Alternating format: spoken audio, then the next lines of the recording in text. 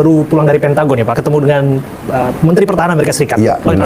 Saya dengar ada urusan pesawat F-15 yang akan segera masuk ke kita, tapi masih pembicaraan.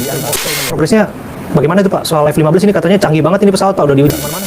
Harganya dan terms of payment dalam arti kita juga tidak bisa bayar sekaligus. Dan masalah yang menarik tentang alat pertahanan ini rata-rata usianya itu 30 tahun. Udah usang ya Pak. Jadi kita bisa beli, kalau kita beli sekarang 30 tahun kita bisa pakai. 25 sampai 30 tahun. Jadi pendekatan saya ya saya mau cicil dong. Iya. Saya bayarnya ya kalau bisa 15 tahun atau 20 tahun. Ini yang sedang saya nego.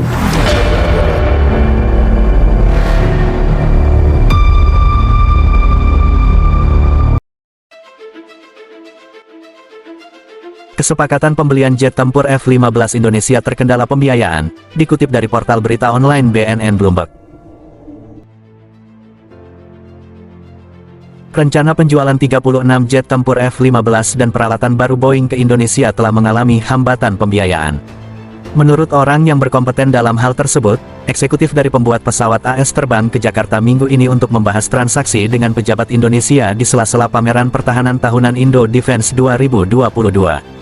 Menurut sumber yang meminta untuk tidak disebutkan namanya karena pertimbangannya yang bersifat rahasia, Boeing prihatin dengan kemampuan ekonomi terbesar di Asia Tenggara untuk membiayai pembelian jet tempur F-15, di mana Indonesia bersikeras membayar dengan mencicil. Pertemuan yang berakhir tanpa hasil dan kesimpulan yang berarti tersebut, membuat rencana untuk penandatanganan kesepakatan sebelum akhir tahun ini, kemungkinan akan tertunda.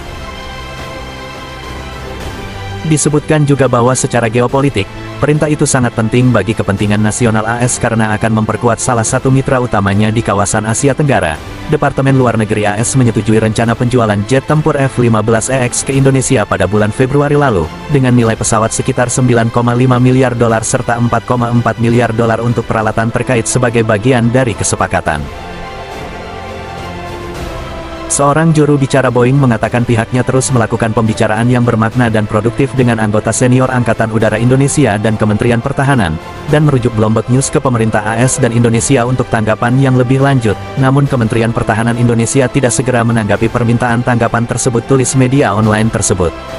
Indonesia awal tahun ini menandatangani kontrak dengan Dassault Aviation untuk 42 pesawat tempur Rafale, sebuah transaksi senilai 8,1 miliar dolar dan pada akhir bulan lalu, Menteri Pertahanan Indonesia Prabowo Subianto mengatakan bahwa negosiasi dengan Boeing juga sedang berlangsung dan dia juga mengisyaratkan tantangan seputar pembiayaan.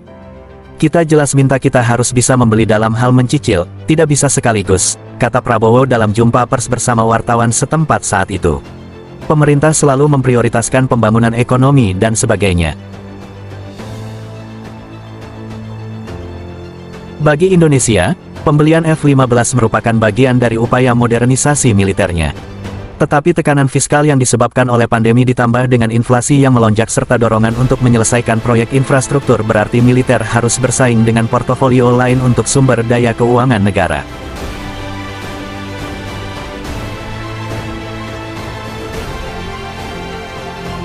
Nah, bagaimana menurut kalian dengan kabar tersebut? Kenapa pemerintah Amerika meremehkan kemampuan keuangan Indonesia untuk membayar jet tempur F-15? Atau apakah ini cuma akal-akalan strategi pemerintah Amerika saja untuk menjegal Rafale dan pembelian alutsista lainnya sehingga harus menekan Indonesia agar fokus mengalokasikan dananya ke jet tempur F-15? Jika ini benar, akankah pemerintah kita akan kembali berpaling ke Sukhoi Su-35 Rusia? Silakan tulis komentar kalian di kolom komentar.